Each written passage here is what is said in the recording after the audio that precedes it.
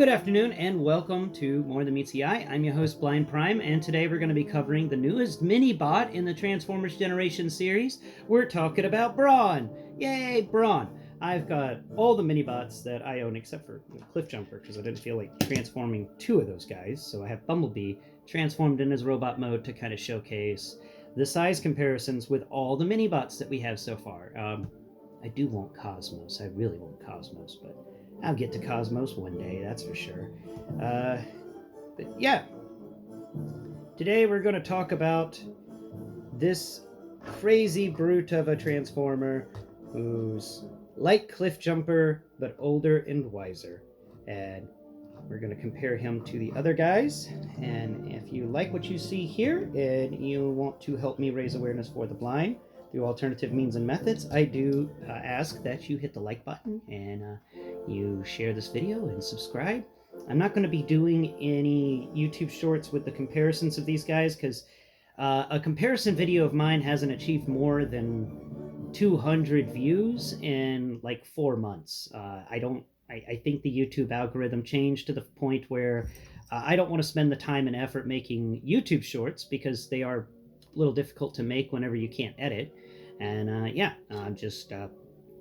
not getting any reward from it, so I'm going to stop. I'll still do my bloopers, the occasional cat video, but honestly, YouTube, I don't know what they did to their algorithm, but I'm barely hanging on there.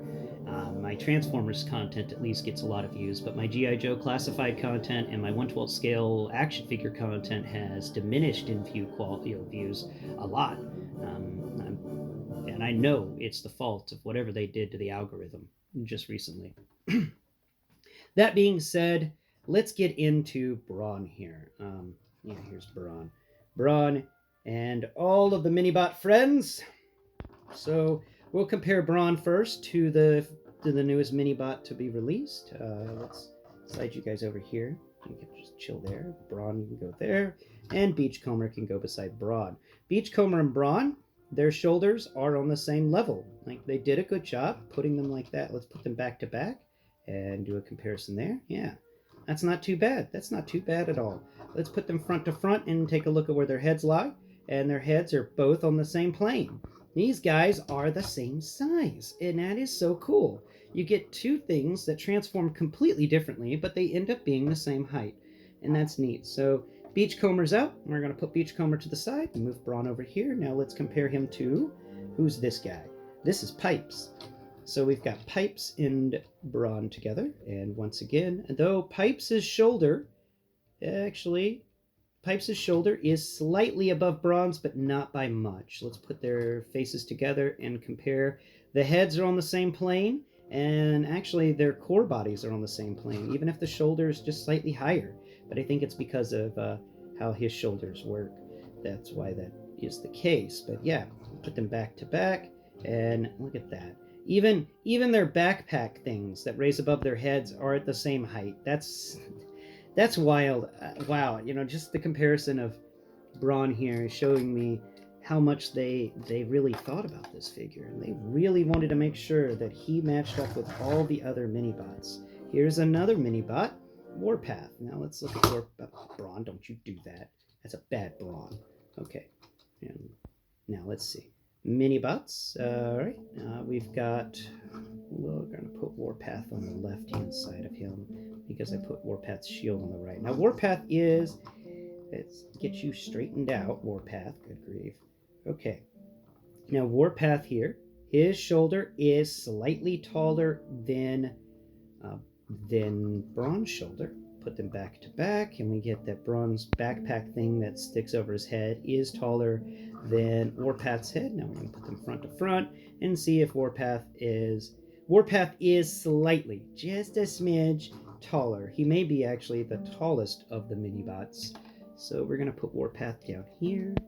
Let's slip that Micromaster out of the way. Slide over Cliff Jumper, and Warpath can go right there. Okay, now we've got the last two. Let's compare him to Huffer, and Huffer and him are on the same plane. Huffer's shoulders are slightly taller, and Huffer and Pipes are like the same mold, so we're not seeing much difference here. Yeah, Huffer's head is a little lower than Brawn's head, surprisingly enough. I think that's because Brawn's head is slightly bigger than Huffer's head. And yeah, the top of Brawn's head is taller than the top of Huffer's head. But that thing that's behind Huffer and the thing that's behind Brawn's head are both at the same height. So that's really fun. Okay, let's set Huffer over here to the side. And finally, we've got Bumblebee here from Earthrise, the Walmart exclusive. Okay, and now we compare these guys. Bumblebee is smaller than Brawn, and he was smaller than Brawn in the show. And let's compare their shoulders. Bumblebee's shoulder is lower than Brawn's shoulder. Bumblebee and Cliffjumper, the Cliffjumper mold, they are the smallest of the Minibots. But that is really fun. We get a nice little back-to-back comparison of them. And yeah, Brawn still kind of towers over Bumblebee. It's like the tallest dwarf, you know?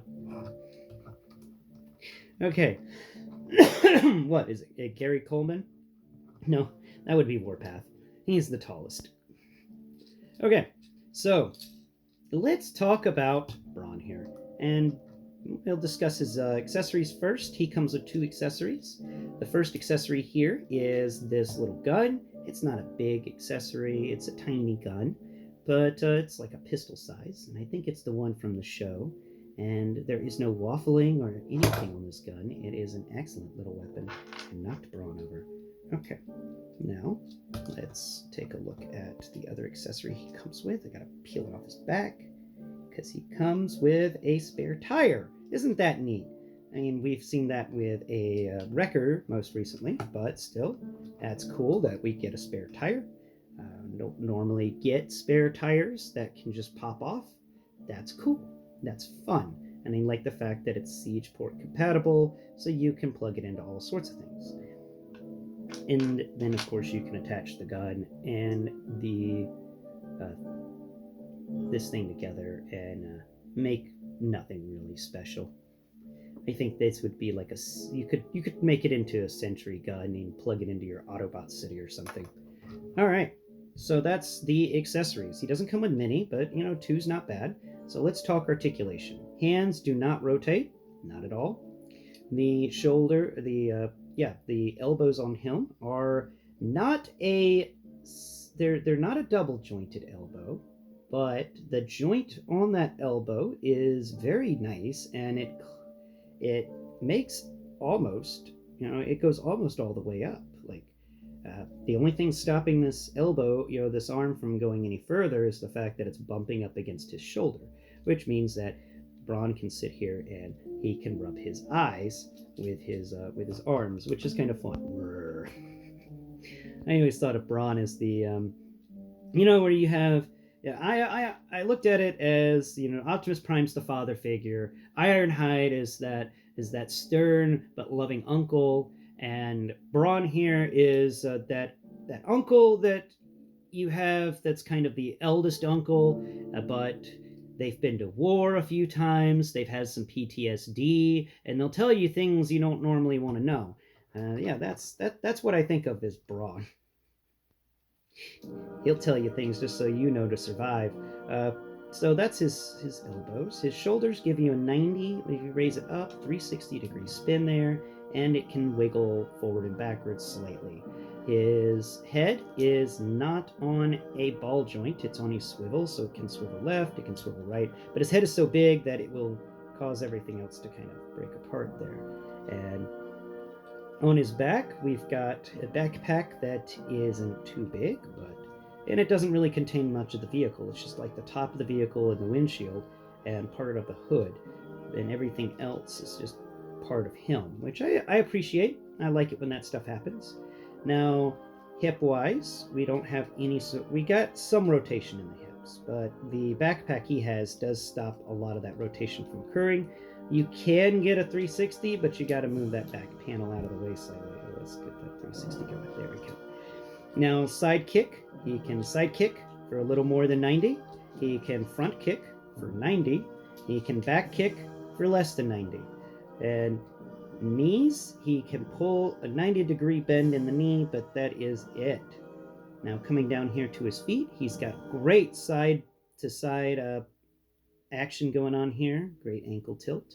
And his front toe, because of transformation, is wiggly, and so is his back heel.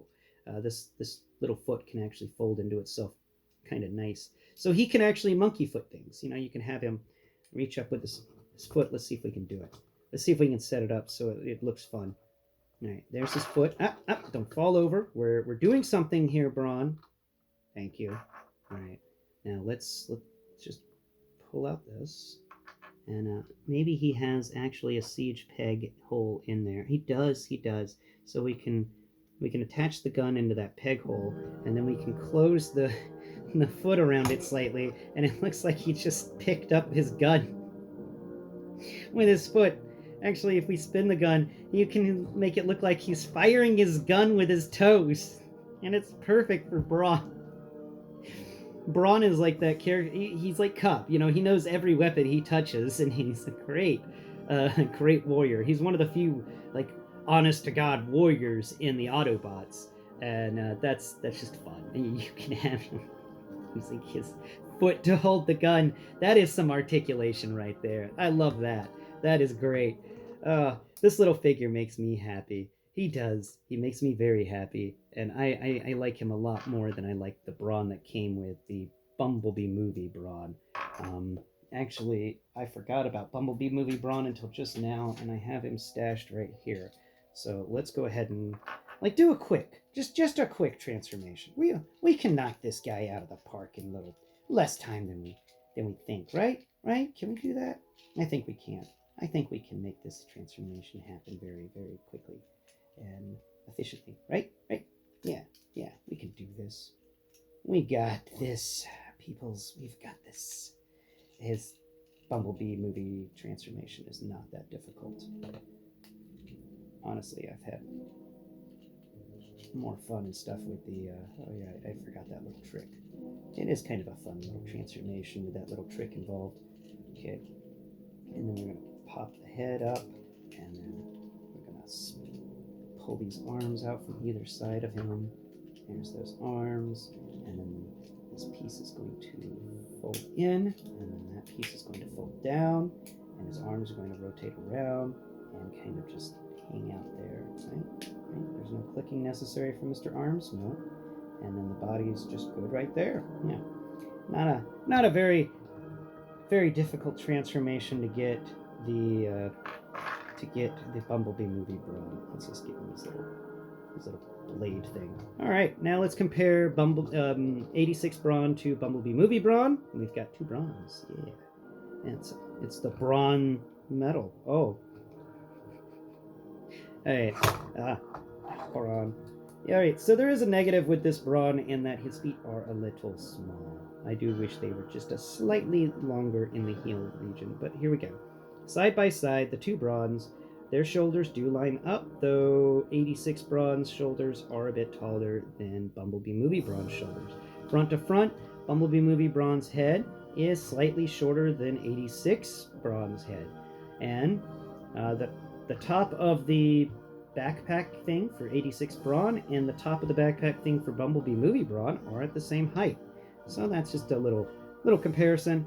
That's the only other Brawn I own. I got the Bumblebee Movie Brawn because I wanted a nice Brawn, and then I discovered it's not really the greatest of Brawns. We're going to put him back on the shelf. You don't live with the other Minibots. You're a Minibot reject. Bumblebee Movie Brawn.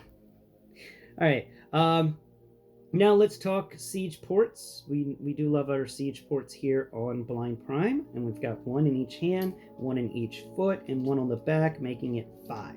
Only 5 siege ports for this guy. But you know what? I can take that. And finally, before I let you go with this guy, I want to mention to you what happened to me when I was transforming him here in my office, okay? I transformed him once before outside in my kitchen, and I did manage to stop the piece from going too far, but on his leg, we got his left leg here, if you feel with your hand, you can feel that there is this wheel well that goes all the way across the leg. It comes up to the front and then goes up the side of the leg. You can feel it in there. It's a nice little texture. That's actually a separate piece of plastic over here on this side. What's missing? Oh, it's the wheel well that we just talked about. Where did it go? I don't know. I'm sitting here transforming it, and I moved the leg to transform it, and that wheel well shot out, bounced off the wall over there, bounced off the floor, and then I lost track of it. I have swept, I vacuumed it. I don't know what happened to it. It's gone to the ether. I haven't even heard a cat playing with it. I just don't know what happened to it. Where did it go? So that's a thing I want to mention to you, my viewers. This piece here will fly off randomly if you're not careful. So when you're doing the transformation step, and I'll do it real quick because I do enjoy showing you things. All right, so in the transformation step, this entire leg here folds up like Hound's transformation, where it you get the wheels all on the side and they fold in. Anyway, when you're unfolding this part, so you're making him from vehicle mode to robot mode, when you're unfolding this piece right here, this movement of getting it down and stopping there, and then you have to push to get it over the edge of that piece. The clearances there are so tight that sometimes it causes the plastic there to bulge up, and then it will shoot out that piece, and that piece will rocket away from your transformer. So be aware when transforming him to keep a finger on that wheel well. You don't want to lose that piece. That is the biggest QC problem I have with him, and honestly, it's not even really going to take any points away from him, because it's just I am a little biased when it comes to Brawn. I've wanted a Brawn figure in my collection for a very, very long time, and so I'm going to give this figure a 10 out of 10. He has everything that I wanted in a Brawn. I love this Brawn. I think this is going to be the best Transformer of the year if Deathsaurus doesn't turn out to be better. But this guy is definitely in the top 3 best Transformers of the year in this humble YouTuber's opinion. This is a good Transformer. This is a fun Transformer. He's fun to pose. He's got great weight distribution, so you can get all sorts of great poses on him. And texture-wise, this guy is weighty, and he's got some fun textures, though they even textured his thighs. I love it when they texture the thighs. No texturing on the bottoms of the feet, but I do like the monkey feet. And he's just got a lot of heavy-duty armor on the front of his legs. That's like, this guy feels heavy-duty armor all the way, and I just love it. It's not as big on the textures as some other Transformers, but what it does here with texture is perfect. This guy is as his perspective end would say it. And this guy's a micro masterpiece, and that's for sure. Yes, definitely a micro masterpiece. And before I let you go today, I also want to say something about pipes here. Where are you at? Pipes. There's pipes. Okay, so a couple of years ago, me and Perspective End were talking, and he said, "Hey, I think you may enjoy Pipes. I didn't like it too much, but you may like it." And he was right. I absolutely love Pipes. Pipes is a fun Transformer, and I think he's still on sale. So pick yourself up a Pipes if you haven't, and go ahead and order a Brawn if you haven't. Brawn is a great addition to the collection, and he's the first G1 Brawn we've gotten in Generations in a while. And to make it even better, he's just a fun Transformer. Cream, do you have anything to add? Do you have anything to add? Other than a sleepiness? Yeah. Other than naps? Yeah, Cream adds naps to it, I guess.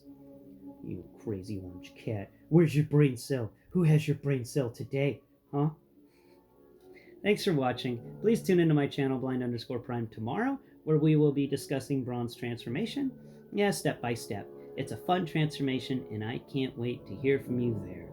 Be sure to comment below, what do you think of Brawn, and what do you think of the Studio Series 86 line so far? Honestly, I've loved collecting this line, and I have everything but but Scourge's sweeps. I don't have a sweep, but I have everything else, and it's awesome. Till next Prime, thank you so much for watching. Bye-bye for now.